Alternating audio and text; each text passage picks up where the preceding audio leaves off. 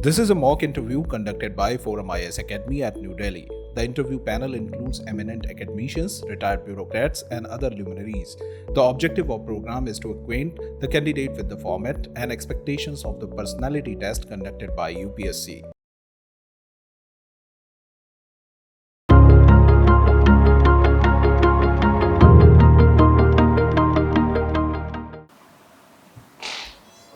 So please, sir. Yes, please. Yeah. Good afternoon, sir. Yeah, Atulesh. Yes, sir. Yeah, please. So you are statistician Yes, sir. and but took sociology. Yes, sir. Any reason? Sir, my father is a professor of sociology. Okay. So I have been brought up in an environment where sociology has always been a desired subject. Then why didn't you take sociology as a subject? Sir, in my class 12th, there was a single chapter of statistics in my mathematics paper, and I found it very fascinating. So I wanted to understand more about it.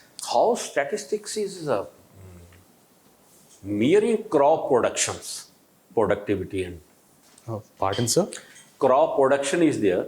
Yes, sir. And we say that this is the total production. Okay, sir. It is done not by kilos everywhere, but it is by statistical methods. Yes, sir. What is that?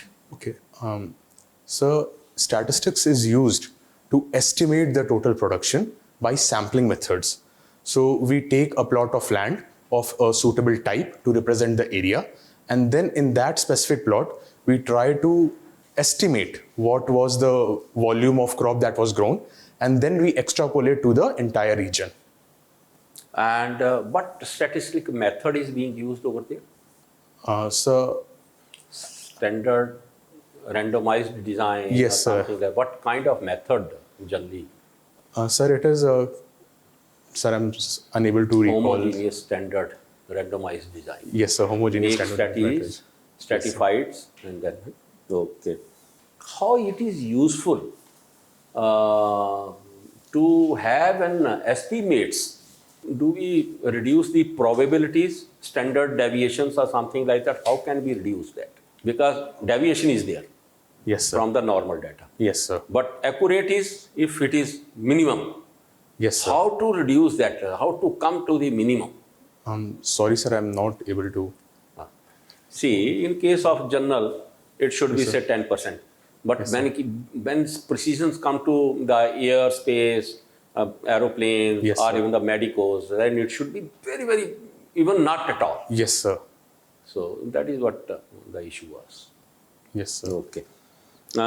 You are from UP. Yes, sir. Naming places is more prevalent over there. And now, even after Allahabad or Prayagraj, now even Aligarh is also on the line. That should it be Harigad or something Yes, sir. like that. How do you see such things? So I believe that each case should be taken in a specific context. Definitely, the state government has a prerogative to rename any place as it sees fit. We also need to take into context how the people are reacting to it and how they are being receptive of these changes. And in those contexts, such decisions should be taken. The long history has passed and these names are named for a long time. Suddenly, previous of that past, now that is coming into picture. Don't you think that we should not make such as issues? And we have many more issues to solve. Don't you think like that? Sir, I agree with your opinion, and let me assure you that even the people of Allahabad agree with your opinion. So therefore, we also amongst ourselves refer ourselves to as Allahabadis, and very casually we discuss these topics. There are definitely much more pressing issues. However, sir, the government of the day of any state feels a compulsion to its ideological background. Is it compulsion or it is general consensus of the people? Sir, I used a wrong word, apology for that. It is obviously a consensus among their constituents, and they wish to implement it to reflect that, sir. Okay. We have scheduled tribes and scheduled tribe areas. Yes, sir. How do you see these two items? Sociologically, they have been decided. Yes, sir. So, scheduled tribes are those tribes that have been identified and their names are published in a specific schedule. There are various criterias such as their isolation from the general public, their backwardness, and the need is felt that they should be uplifted so that they are easily integrated into the mainstream of the society. A step ahead is scheduled tribal areas. So we have become a democracy now, and it would not be good if certain parts of the country or certain sections of the society are not able to partake in that. So to make it more democratic, we have specified scheduled tribal areas so that they are given specific, their needs are specific and not similar to the mainstream society. Therefore, keeping that in mind, these areas have been designated for them. Based on the civil benefits or civil facilities. Now, because the government was unable to reach to that. Yes, sir. Now we are reaching. Yes, sir. Even the remotest part is being Accessible, reached, sir. accessed. Yes, sir. So do you think that now the time has come to little relook such areas? Sir, in my opinion, any such discussion should start from the people themselves. So if they are confident and they feel that finally they are in a position where they have been integrated fully into the mainstream society and need is not felt of any such special provision, then the government should take a call on this. We can discuss this with the various stakeholders and proceed in this direction, sir. In Afghanistan at the moment, we are sending the food items, medicines, whatever. We have not recognized the government. Yes, sir. Then how we are taking care of that reaching such items to the people directly and not through the government?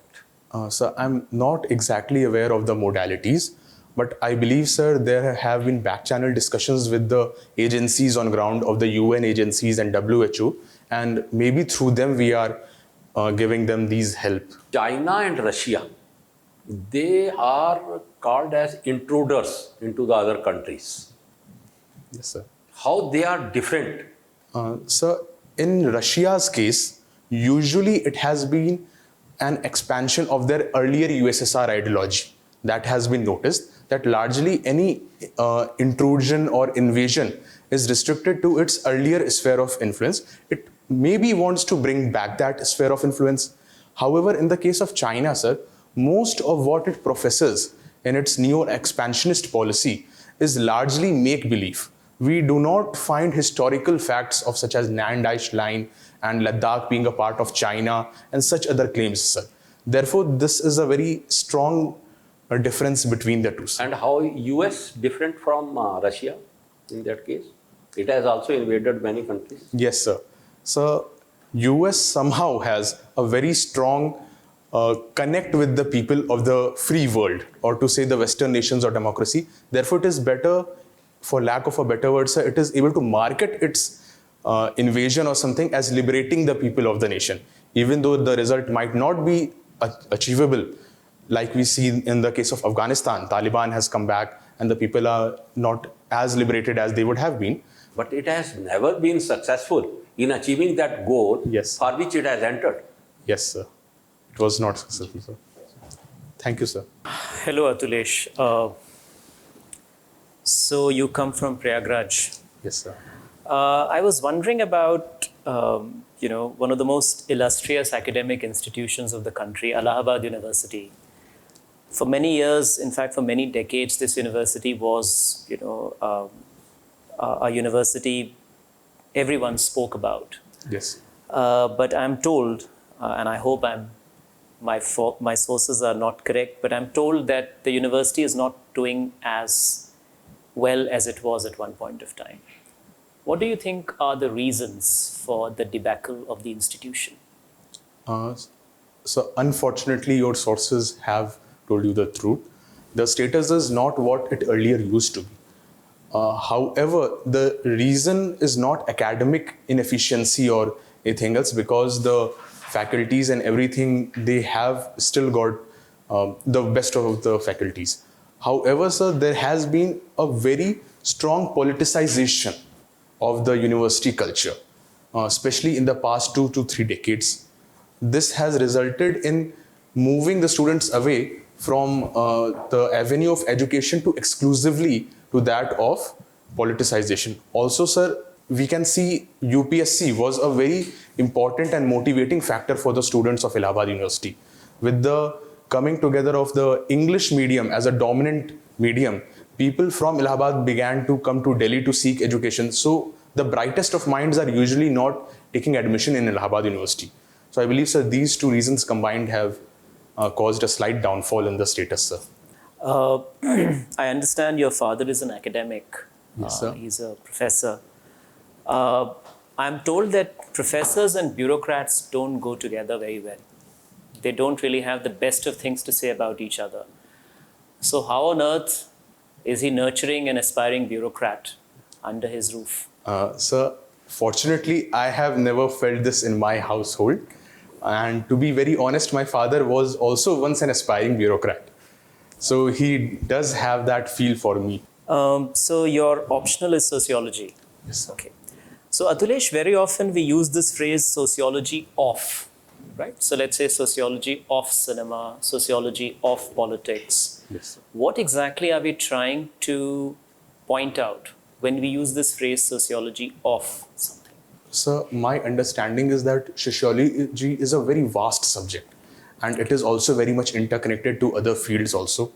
So whenever we want to emphasize or bring something central to the theme of sociology, we usually try to use the phrase sociology of cinema or sociology of songs. Okay.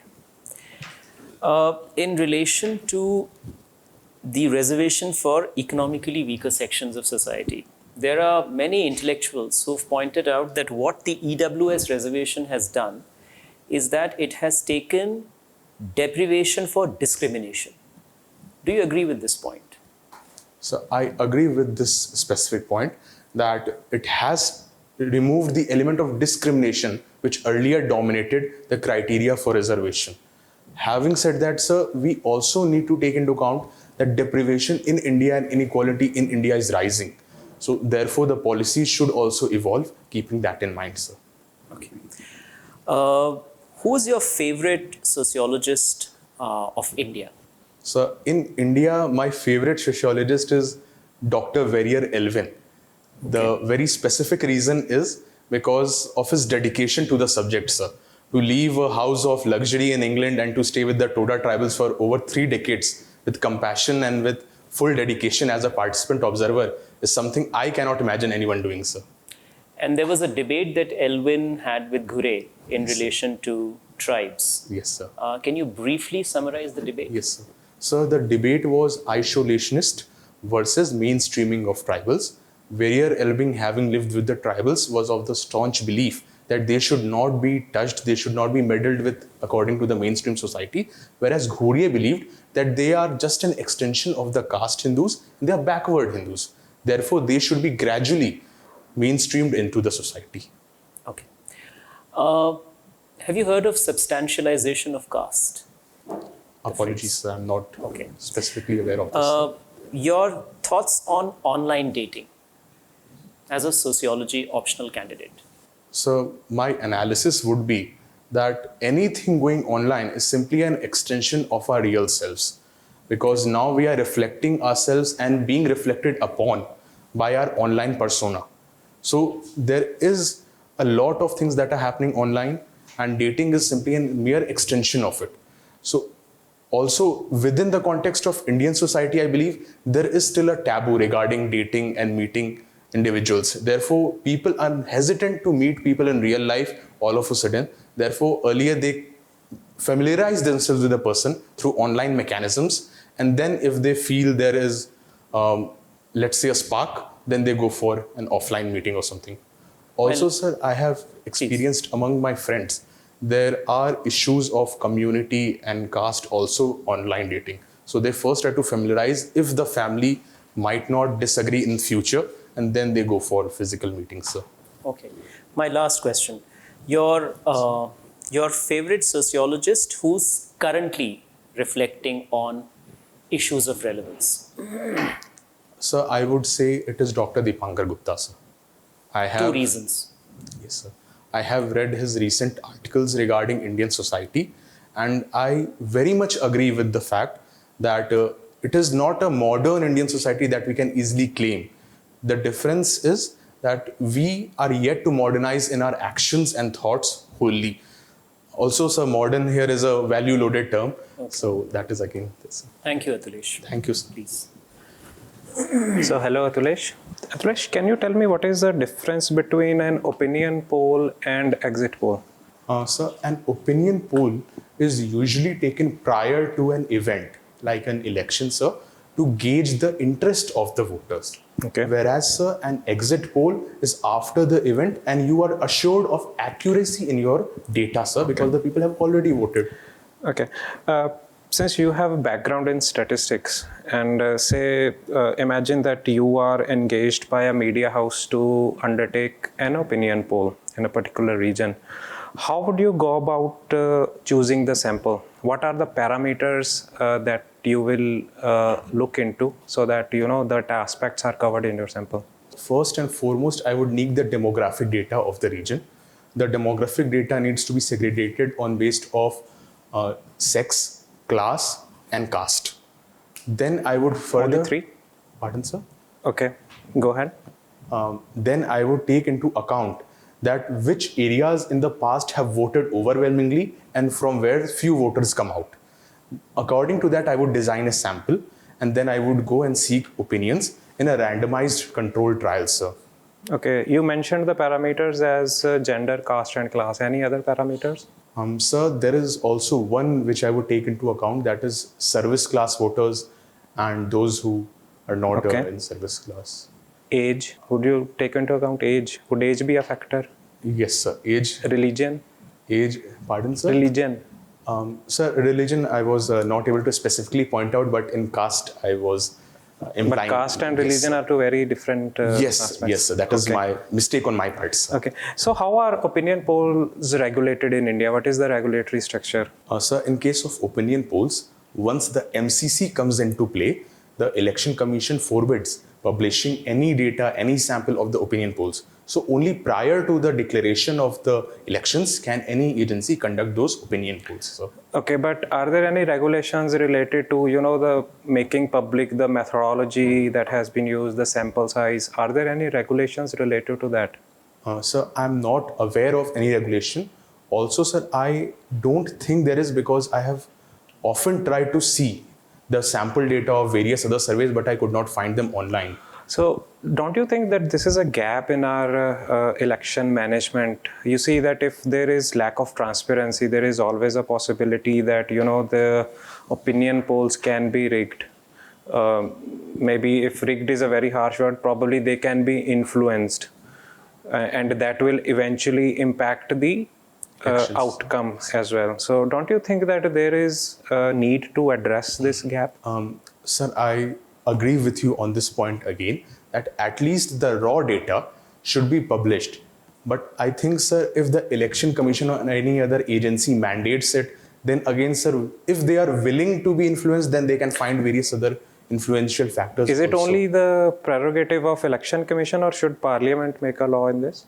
So the Parliament can make a law in this. However, regarding elections, largely Election Commission has been left as an independent body, sir. Okay, all right, very right. Your mother is a lawyer. Yes, sir. So you must have a very strong opinion regarding the pendency of cases, that there are so many cases that are pending. In fact, recently I think in Allahabad High Court only, a convict was, let off by the High Court after 40 years. So 40 years he was a convict by the lower court, but now they said that he's not a criminal and they let him go. So 40 years he spent his time in jail. So don't you think this is a mockery of the justice? Can you tell me what are the reasons why there are so many cases pending, and how do you suggest that the situation can be improved?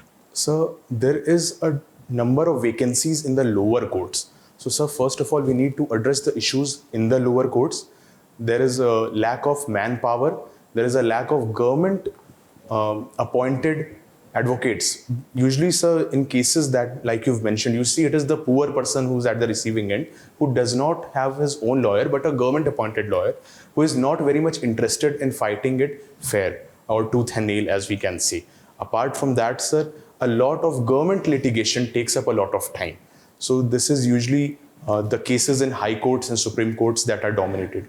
Any procedural deficiency that you see in the way our trials are conducted? So I believe that the Supreme Court has mentioned this, that bail should be the norm, and unless and until the individual is accused of very heinous crimes, bail on a compassionate ground should be. Yes, that's one aspect. There is one more aspect.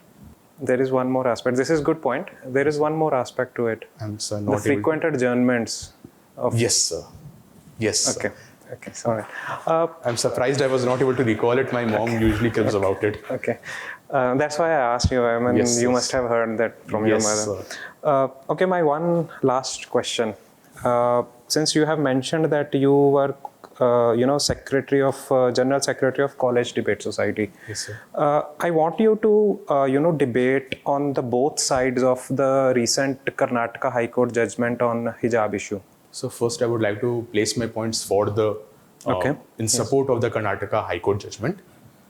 So I believe that the Karnataka High Court judgment has been judicious. They have taken into account the various hadiths and Qurans, and they have studied it, and they have come to a conclusion that hijab is not an essential religious practice.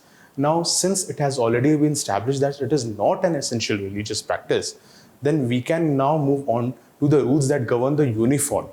And since the uniform is the prerogative of the institution, the students should adhere to it, and if they have an issue, then they should look for a different institution where it is more acceptable. All right. Okay, Can you speak now against the motion?